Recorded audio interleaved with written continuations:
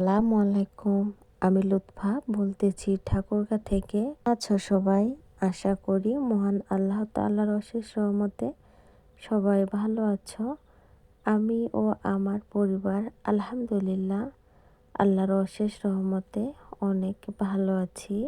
সবাইকে নতুন দিনের, নতুন বছরের, নতুন ভবিষ্যতের শুভেচ্ছা। শুরুতে বলতেছি ভিডিওটিতে একটা লাইক দিয়ে কন্টিনিউ করার জন্য। এর ভিডিওটা আমি শুরু করেছি সকালের নানা রকম কাজকর্ম দিয়ে। গৃহিণীদের তো কাজের কোনো শেষ হয় না, আর যদি হয় গ্রামের তাহলে তো আর কোনো কথাই নেই। গতকালকের মুরগির মাংস ছিল, সেটা গরম করে নিয়েছি, আর এটা দিয়ে আমি ভাত ভাজা খাবো। শীতের দিনে না ভাত ভাজা খেতে ভালোই লাগে। গতকালকের ভিডিওতে দেখিয়েছিলাম যে তোমাদের ভাইয়া বাজার থেকে 2টা গরু নিয়ে এসেছিল, আর দেখো আল্লাহর অশেষ রহমতে সেই গরুর একটা বাচ্চা হয়ে গেছে। আমরা বুঝতেও পারিনি যে এত তাড়াতাড়ি গরুটার বাচ্চা হয়ে যাবে, আর যে লোক বিক্রি করেছে সেও বলেনি। মহান আল্লাহ তাআলা কখন কাকে কিভাবে কি দেয় সেটা আমরা কেউ বলতে পারি না। ওনার খেলা শুধু উনিই বুঝে।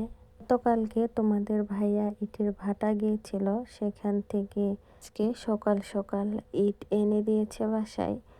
এই ইটগুলা আনার কারণ হচ্ছে আমাদের বাড়িতে কিছু গরু আছে, আর যেহেতু তোমাদের ভাইয়াও নিয়ে এসেছে, শীতকাল গরুগুলার থাকতে সমস্যা হচ্ছে, যার কারণে এখন ওদের জন্য একটু থাকার ভালো ব্যবস্থা করা লাগবে। এজন্যই এই ইটগুলা নিয়ে এসেছে। ভাঙা গোড়ার মাঝে তো সব কিছু নির্ভর করে, তাই না? এখন শীতের পরিমাণ এত বেশি বেড়ে গেছে যে সকাল সকাল ঘুম থেকে উঠতে একটু আলসেমি লাগে, আর একটু অলসতা করলে হয় কি কাজের চাপটা অনেক বেড়ে যায়। সব কিছু কেন জানি তখন এলোমেলো মনে হয়, কোনটা কাজ কখন করব বুঝে উঠতে পারি না। সময়ের কাজ সময়ে করে নিলে হয় কি যে সবগুলাই গুছিয়ে করা যায়, আর পরে কিন্তু হাতে অনেকটা সময় থাকে। আমার শাশুড়ি মা একটা শিম গাছ লাগিয়েছে, আর সেই গাছটা অনেক বড় হয়েছে, ফলনও মাশাআল্লাহ অনেক এসেছে। আমি ছাদে উঠে নিজ হাতে শিম তুলতেছি। নিজ হাতে গাছ থেকে সবজি তুলে রান্না করার মজাই আলাদা। আমি ছাদ থেকে শিমগুলা তুলে নিয়ে এসেছি, এখন এগুলা বাছবো। কাটে বাছে রান্না করা লাগবে।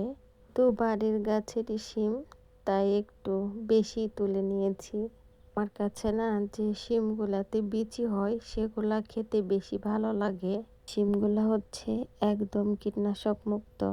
বড় শিমগুলা কিন্তু অনেক সুন্দর হয়েছে, লম্বা লম্বা। শিমগুলার মধ্যে তেমন কোনো পোকাও আসেনি। শহরের জীবন আর গ্রামের জীবনের মধ্যে অনেক তফাৎ। গ্রামে অনেক কিছুই আমরা বাজার না করেও পাই, শহরে কিন্তু সেটা পাবো না। শহরের মধ্যে যা কিছুই খাবো সবগুলোই বাজার থেকে কেনা লাগে, আর গ্রামে যদি আমরা চাই 1 সপ্তাহ বাজার থেকে সবজি না কিনেই সংসার চালাবো, আমার কাছে মনে হয় সেটা সম্ভব। কারণ আমাদের গ্রামে নানা রকম সবজি আবাদ করা যায়, আবার নানা রকম সুযোগ সুবিধাও আছে। তবে শহরের জীবনটা খুবই আরামদায়ক আর স্বাধীন আমার কাছে মনে হয়। আর গ্রামে না কাজের পরিমাণ অনেক বেশি। আমার কাছে মনে হয় প্রতিটা মানুষ প্রস্তুতি আর পরিবেশের সাথে তাল মিলিয়ে চলতে পারে। তার একটা উদাহরণ আমি নিজেই যখন সিদ্ধান্ত নিয়েছিলাম আমি রাজশাহী থেকে গ্রামের বাসায় চলে আসব, তখন মনের ভিতরে কেমন জানি একটা অস্থিরতা কাজ করত। শুধু ভাবতাম যে কিভাবে কি হবে, কিভাবে আমি কি করতে পারবো।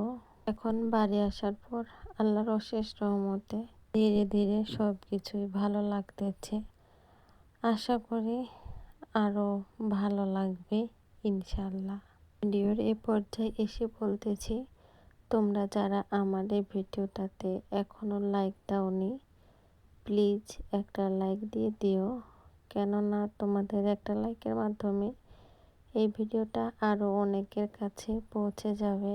যদি আমার এই চ্যানেলটি নতুন ভিজিট করে থাকো, চ্যানেলটি সাবস্ক্রাইব করে পাশে থাকা নোটিফিকেশন বেল আইকনটি চেপে দিয়ে আমার পাশে থেকে যেতে পারো।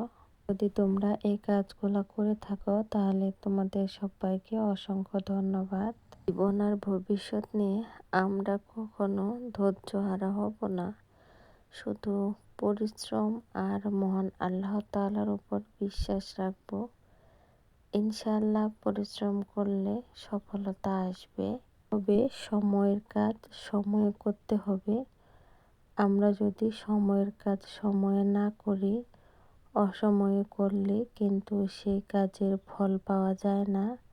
আর তখন আমরা আমাদের তকদির বা ভাগ্যকে দোষারোপ করি। আমি মনে করি আমরা বই খাতা থেকে যা কিছু শিখতে পারি, জীবনের বাস্তব অভিজ্ঞতা থেকে, তার থেকেও অনেক কিছু বেশি শেখা হয়। জীবনে সব কিছু চাইলেই পাওয়া যায় না, তবে যেটা পাই সেটাকে অবহেলা করলেও হবে না। আমাদের সাথে কথা বলতে বলতে আমার শিমগুলা কাটা বাছা হয়ে গেছে।